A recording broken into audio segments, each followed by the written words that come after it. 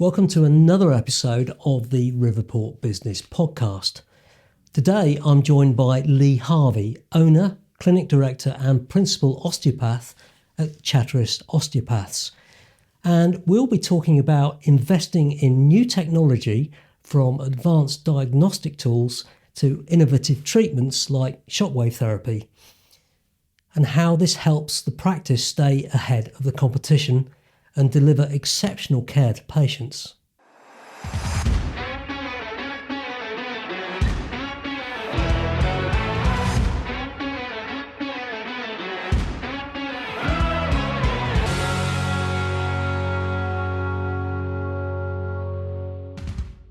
Lee, welcome. Maybe we can start off by introducing yourself and telling us a little bit about what you do. So my name's Lee Harvey. I'm the clinic director of Chatteris Osteopaths. We are something of a different osteopath clinic. We have invested quite a lot in technology. So we provide a kind of, what I'd say, a sort of higher tier of service, offering many different treatment modalities in addition to the traditional manual and physical therapy that lots of other clinics might offer. And we tend to specialise in chronic long-term pain, so long-term back pain, shoulder pain, knee pain. How did you get into osteopathy, if I could say it? It's a difficult word to say, isn't it? Yeah. Oh, that's a difficult. Interesting. So my previous life was an accountant. So I was a chartered accountant for 10 years down in London. Unfortunately, it didn't do much for me. It wasn't something that I had a real passion for. When I was younger, I was always passionate about basically physical health, and why I didn't follow it, who knows? But I followed accounting to start with, and then I was treated by an osteopath, and really effectively. And in my sort of 30s, and I decided, well, this is what I want to do. I think I really liked it, so I looked into it and I retrained, which took 5 years. And that was it. And then I was off and away. What made you choose Chatteris to open your first clinic? When I qualified, I was down in London, and I thought, well, really what I wanted to do was I wanted to get going as soon as possible. And I always wanted to open my own business. That was one of the reasons for changing to do something like osteopathy, that I wanted to kind of run my own clinic. And one of the simple answers to that question is that there was a business for sale there. So I was looking around thinking, rather than try to build something from scratch, if I could take something that was already existed and then enhance it, that might be an easier route. So I looked around, and this one was for sale. I'm from sort of the southeast. It wasn't too far from places I know, although it's a somewhat strange area to me. And I took a leap. I basically took a leap. I sold my flat in London, used the equity to buy the clinic. So, yeah. So if you were buying into an existing business, then there must have been customers or clients who they had some sort of tie-in with the previous owners. Was it a hurdle trying to overcome that and gain the trust of that group? There's always going to be a drop-off when an owner leaves a clinic. But I was fortunate, and at the time, the owner who was selling was only sort of doing half a day's practice himself there anyway. So there wasn't a huge client base of his particularly that were attached. So I then took it on with the practitioners that were there. So we kind of retained quite a lot, and I kind of took over most of his patients. So yeah, that was quite an easy transition actually. However, I know of other clinics where the owner it pretty much treats everyone, and they're there 5 days a week, and then that is more tricky, definitely. Chatteris isn't a massive place. No. So I would imagine it's quite a close-knit community. And part of what you're saying answers my next question, which is, was there a sort of an element of trust that you had to build up? Trust is key. It's certainly, I would say, in any business, but in our industry in particular. When it comes to healthcare, trust is a huge part of what we do. And the clinic had existed for, I think, 20 years before I took it over. So, and it had 3 owners prior to me. So there was quite a lot of goodwill and trust that had already been built up. However, yeah, I hopefully have expanded upon that, and we look to our client base is in no way restricted to Chatteris. It kind of covers quite a lot of the Fenland now, really. So running a healthcare business is more than just treating your patients, your customers. It is that trust, which is very important. Is it a difficult thing to maintain? Trust comes from good service. I think that is the key for us. That for me is, the primary thing in any business, or certainly in ours. Our primary objective is to get patients better. That really is the key. Yeah. If we can get them better, the trust is there. We are recommended, etc., etc. So really, that is the prime driver behind everything we do. And I know this is an issue for anybody who's not familiar with osteopathy. What exactly is it? That is a really good question. Osteopathy is quite difficult to define, and I think even within the profession, we find it difficult to find. There is kind of almost a tongue in cheek sort of joke about what is osteopathy. Well, it's what an osteopath does, which is a non-answer answer. There's kind of three. If we look at the three professions of osteopathy, physiotherapy, and chiropractic, we're all pretty similar. We all do treat patients in similar ways. There's overlap, but we kind of treat the same conditions and try to get similar results. I think there's more difference within the professions than there are between them. There's a lot of overlap if you do a Venn diagram of all of them. So I'm not one of these people that say, well, chiropractic does this, physiotherapy does this, osteopathy does this. I actually think that really there's quite a lot of overlap, and really it's about the clinic and the practitioner rather than the profession itself that's most important. So I guess it's sort of like... comes back to your trust question. And it's also, I know from my own experience, people I know, that there's a lot of misconceptions about what osteopaths actually do in amongst that triangle of sort of similar professions. There is, and I think that we're trying to get away from the concept that osteopaths are, one is that they are sort of out there. Quacks is one, that has been and thrown at us, but we're allied health professionals. There's osteopaths within the NHS. It's a recognised profession. So we're kind of trying to dispel that myth. Trust is a big thing for us. People are understanding that actually, osteopaths are very legitimate, very knowledgeable and highly skilled professionals. I certainly hope that's the case. And I think it's about getting the message out, isn't it? Yeah. And I know you recently invested in shockwave therapy equipment. Yes. What led you to spending what I'd imagine is a significant amount of money on that type of equipment? Yeah, that was a significant investment. I think that it was COVID.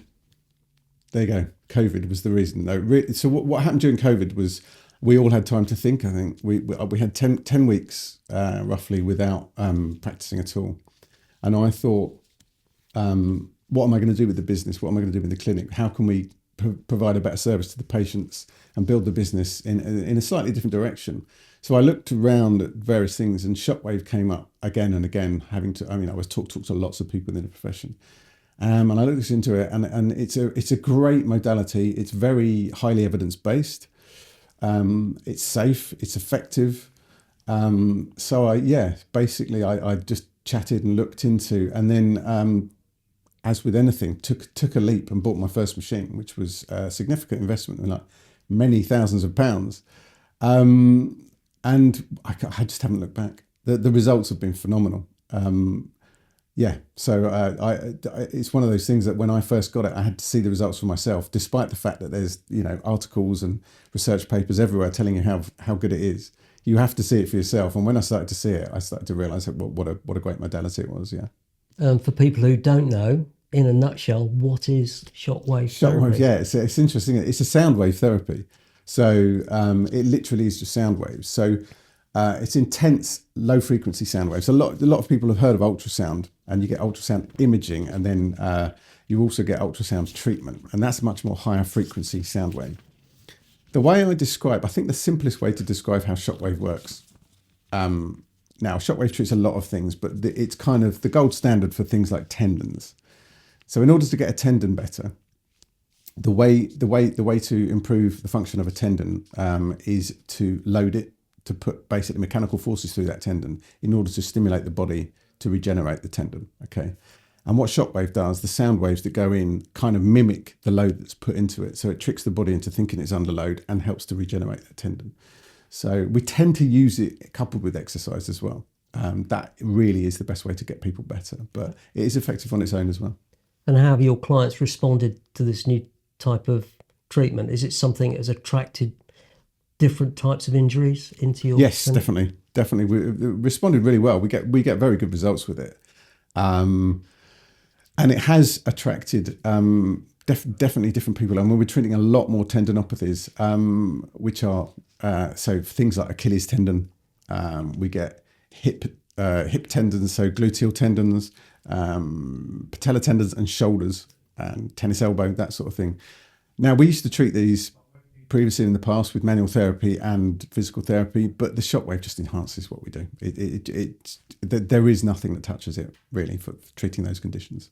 And do you see this type of technology being the future for treating people with the conditions that you see? I do. I definitely do. I think shockwave's really come into prominence in the last 10 years. I think it's been around for a while, but really in the last 10 years, basically the prices of the machines have come down to some degree. They're still expensive, but it's become slightly more accessible to people. But I think it's such a good modality. Like I said, but we always, if possible, like to couple it with the exercise rehabilitation as well for best results. Yeah. And from conversations I know I've had with you previously, shockwave therapy can fend off any potential surgery. It can do. Yeah, definitely. We have quite a number of patients who come to us with potential, shoulder and knees are the two, the ones that I think about most. People, if they're looking at sort of rotator cuff decompression, those sorts of things for their shoulder, or arthroscopies. I always say it would be best to try some sort of non-invasive modality first. So we kind of go through a pathway with our patients. We say, look, the manual therapy, physical therapy, shockwaves, all in the quite non-invasive. And if that is not working, then maybe we go up to potentially thinking about an injection, and we can refer out for that. We've got a guy who does our injections for us, and then basically the last resort would be the surgery. So yeah, we try to get one of our mantras is to try and get people off the. I'm not against surgery. Don't get me wrong. Surgery is brilliant in the right circumstances. It's great, but if we can get people to avoid it, then absolutely. Yeah. So technology is obviously a big thing. But it's expensive. Yeah. Can you see a good return on investment in terms of getting more paying customers coming in and using your service? We do see a better return, and obviously we have to recoup the investment. So the treatments are more expensive. That necessarily so, because like I said, we've invested many thousands of pounds in these machines. And it's not just the investment in the machines. Obviously, we've had to retrain, and then I have to retrain all of the staff. So our level of expertise goes up with all of that as well. But the results we get are completely justified. But you are a local business, and this sounds like it's something which is relatively new in your business. Are there many people in the country who've invested in this type of technology? In our local area, I don't know of many people that have invested in this technology, and I'd say certainly almost in the whole region of East Anglia, the amount of kit that we've got our clinic now has 7 shockwave machines. I don't know of many clinics around the country that would have that level of investment. One of the other things you talked about was IDD therapy. What does that actually mean? What does it involve in terms of investment and technology? Okay, so IDD therapy, that is, it's basically spinal decompression. Okay, so what we treat with this therapy is generally disc problems, so herniated or bulging discs and sort of sciatica that goes down the leg, and it can treat those quite effectively. Again, this is another one where we are definitely in trying to help people avoid surgery. This is what this machine is going to be doing for us. It's our biggest investment yet in terms of financial investment. I said we're getting really good results with it so far. But I think that is definitely one of the things for the future for the clinic. I see patients are loving it. It's a non-invasive way of treating spinal disc problems. So basically, it's a big table. It's like we don't use the term traction, but effectively it is a kind of oscillatory, localized traction. And the difference between IDD therapy and, I suppose, old school traction is we target a specific segment. The machine is very it's very I don't even know what the computer does in the machine, but it makes sure when we ask it to target a specific segment in the spine, it angles everything such that it will target that specific segment. The traction is oscillatory as well, so it moves in an oscillatory pattern as well as just a traction, so it decompresses that disc. So yeah, it's quite a good technology, and we are really excited about it. Yeah, Fascinating stuff. You must see people from all walks of life. Yes. What's it like helping people get back to some sort of normality in their daily life? There's no greater feeling than a patient coming back in for their review and with a massive beaming smile on their face and saying, you've changed my life. I can now play with my kids. I can now get back to work. I can now sleep. I can now, potter around my garden, or whatever it is that means something to them. It's just fantastic to be able to do that, to get people back to doing what they want to do. That again is one of our things, to getting people back to doing what they want to do. People who start a business do it because it's something that they're interested in, and money is not the main motivator. It's about the rewards that you get back from the job that you do, and if that leads to success, that's a fantastic thing. Oh, without doubt, and I think that I suppose I'm quite a good example of that. Having been in a profession that I didn't really enjoy. Nothing wrong with the accounting profession; it's a brilliant profession, but it just wasn't for me. And I'd always been passionate about. I mean, when I was 15, I did work experience with a physio, but I followed a different path.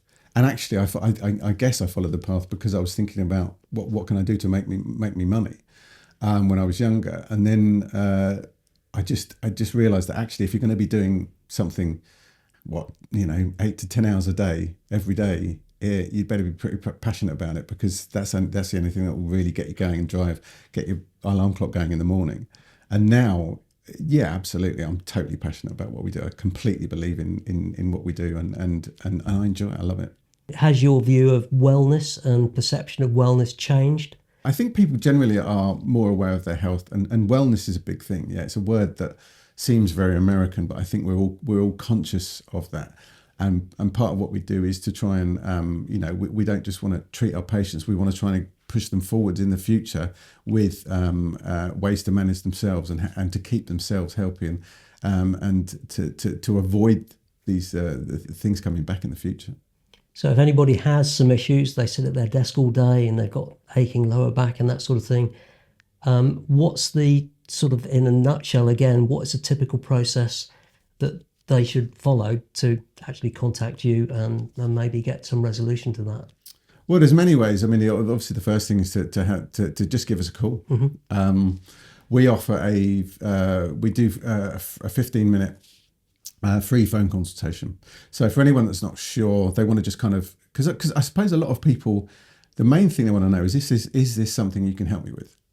I mean, that's the question we get a lot of the time. They're not sure. We are Chatteris Osteopaths, and they say, is this something that you can help me with? I've got an Achilles problem and you're osteopaths. And, for example, that is like, absolutely, we can help with that. So the 15-minute free phone call, a free consultation is always a really good first port of call with that. Obviously, we've got the website as well. But I think that if you can, and that consultation is with a practitioner. So that's someone, it's not with any of our reception team or anything. That's with a practitioner who will advise whether that's something we think we could possibly help you with. Yeah. And with all that investment in technology, you are at the leading edge of what you do. Where do you think the future is for Chatteris Osteopaths? That's an interesting question. Yeah. So we've expanded. We've gone from three clinic rooms on the ground floor. We're now expanded all the way up to both floors. So we've got a 2-floor clinic, and we've got 7 treatment rooms now. We have, like I said, we've got 7 shockwave machines, and we've just recently invested in IDD, which is a spinal decompression machine, which is proving, we've only had it a few months, but already the results are looking really good with that as well. So my view is, we're going to be thinking about getting hopefully another one of those within the clinic, and then who knows, we might have to expand, either have a bigger premises in the future, or maybe a second clinic. Well, the future, it does sound very, very rosy for you. And I think given the investment in technology that you've made, it extends your reach, and, the potential is massive. Well, yeah, we definitely see that people are coming from further afield now to see us because of the technology that we've got. Yeah, Fantastic. Without a doubt. Lee, thanks very much for coming in. It's been very educational, I have to say, and I hope people get some real benefit out of it. Been a pleasure. Thank you very much. A big thanks to Lee for joining me today and sharing his insights into how forward-thinking investment in technology can transform a local practice. And you can find more about Chatteris Osteopaths at chatterisosteopaths.co.uk and check out their services and updates on social media. All the links are in the video description. And if you enjoyed this conversation, don't forget to like and subscribe for more inspiring business stories right here on the Riverport Business Podcast.